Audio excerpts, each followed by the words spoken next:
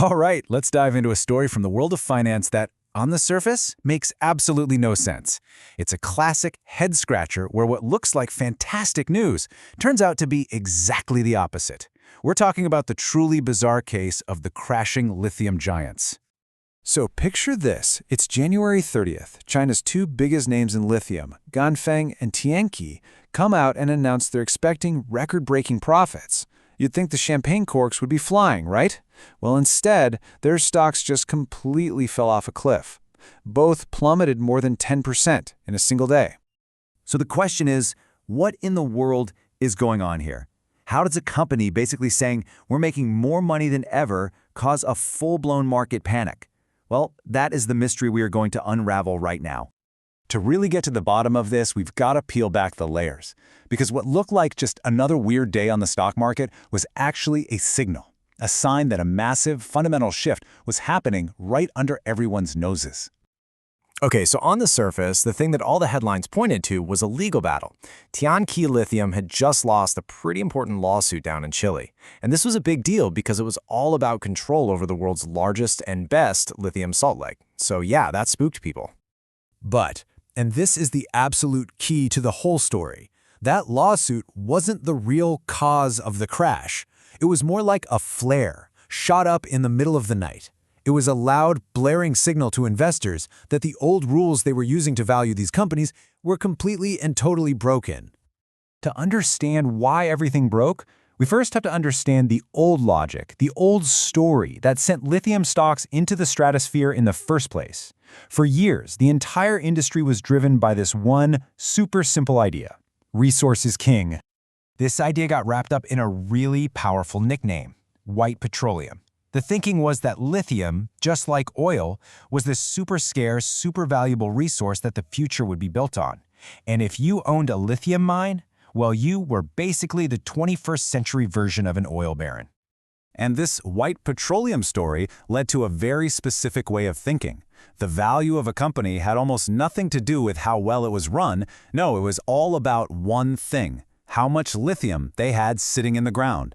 Investors treated these companies less like businesses and more like, a bar of gold. The game was simple. Just hoard as many resources as you can, sit back, and wait for the prices to inevitably skyrocket. But here's the thing.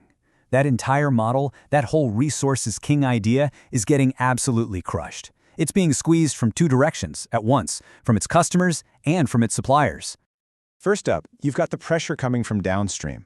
The biggest buyers of lithium, we're talking the huge EV and battery makers like CATL and BYD, they got tired of being held hostage by miners and fluctuating prices.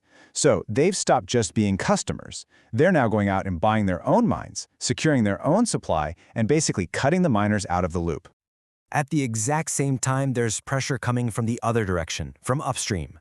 The countries that actually have all this lithium, places like Chile, they're waking up and tightening their grip.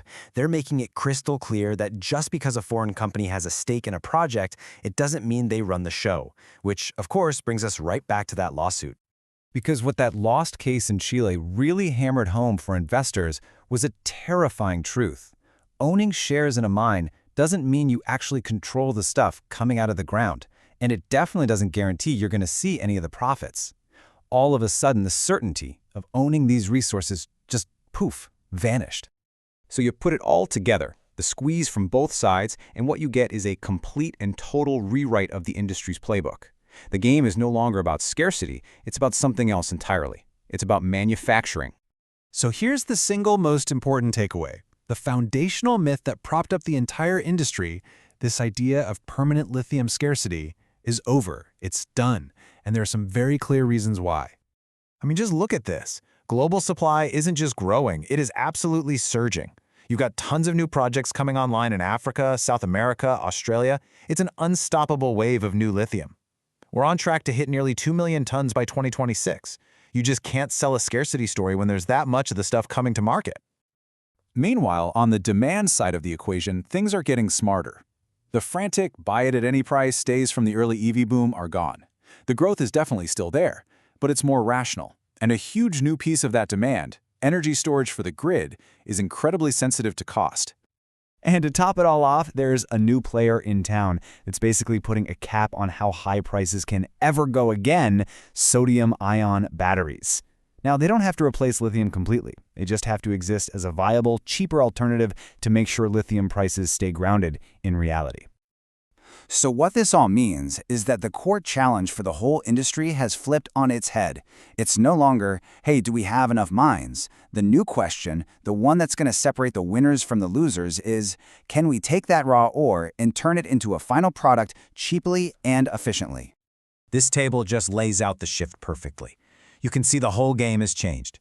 These companies are no longer being seen as financial assets, but as industrial manufacturers. The driving force isn't scarcity anymore. It's cost, technology, and efficiency. And the logic for valuing them isn't about what's in the ground. It's about proving you can actually run a tight, profitable operation. And that, right there, is why those stocks crashed. The market had a sudden moment of clarity. It realized the era of lie flat and win, where you could just sit on a resource and get rich, is over. These companies now have to prove they can actually compete as manufacturers in a tough global market. And they got repriced overnight for that brand new, much harder reality. So, where does this leave us? Well, it's pretty clear the great lithium gold rush is finished. What comes next isn't a sprint to grab up resources. It's a long, grueling marathon of industrial competition. And the big question now is who actually has the skills, the tech, and the operational excellence to win that race.